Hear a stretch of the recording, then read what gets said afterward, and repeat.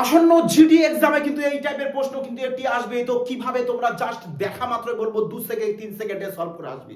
বলবে স্যার এতকে বৃহত্তম সংখ্যা x দিয়ে ভাগ করলে প্রতি ক্ষেত্রে একই বলেছে আমাদের অবশিষ্ট থাকে, আর তাহলে চেয়েছে কি যে x অঙ্কের গুণফল বের করো। তার মানে এখানে তোমাদের দিয়েছে কি বৃহত্তম সংখ্যা, আর বৃহত্তম সংখ্যা বলতেই বলবে স্যার এইচসিএফ বের করতে হবে। এইচসিএফ হচ্ছে কি বলবে স্যার হাইয়েস্ট কমন ফ্যাক্টর, মানে বৃহত্তম একটি সংখ্যা যেটা সবার ভেতরে কমন থাকতে হবে। তাহলে কিভাবে তুমি এখানে এইচসিএফ বের করবে? বলবে স্যার আগে আমি এদের মধ্যে ডিফারেন্স বের করব।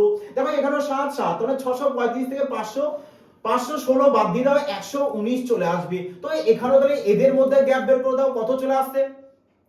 992 থেকে 635 বাদ দিয়ে দাও না, তাহলে চলে আসছে কত? বলবে স্যার 357 যদি চলে আসে, তাহলে এবার এই দুটো সংখ্যার মধ্যে তুমি গসাগু বের করো। দেখো তো 119, এখানেও তো তোমার 119 গুণ কত রয়েছে? বলবে স্যার 3 রয়েছে। তার মানে এখানেও 119 আছে, এখানেও তোমাদের 119 গুণ 3 আছে। তার মানে গসাগু যাই আসুক না কেন 119 আসতে হবে। তার মানে এইচসিএফ কত চলে আসবে? তোমাদের 119। তাহলে এবার তুমি সংখ্যাটা পেয়ে গেছো। বলেছে এই সংখ্যার প্রতিটার কি বলেছে? অঙ্কগুলির গুণফল। তাহলে এদের যদি এবার তুমি গুণ করো তাহলে কত চলে আসবে? বলবে স্যার আমাদের 9 চলে আসবে। আর 9 দেখো অপশন বি রয়েছে my dear friends, correct answer. যদি লজিক ভালো লাগে তো অবশ্যই ভিডিও কমেন্ট, লাইক এবং চ্যানেলটিকে শেয়ার করতে কিন্তু ভুলো না।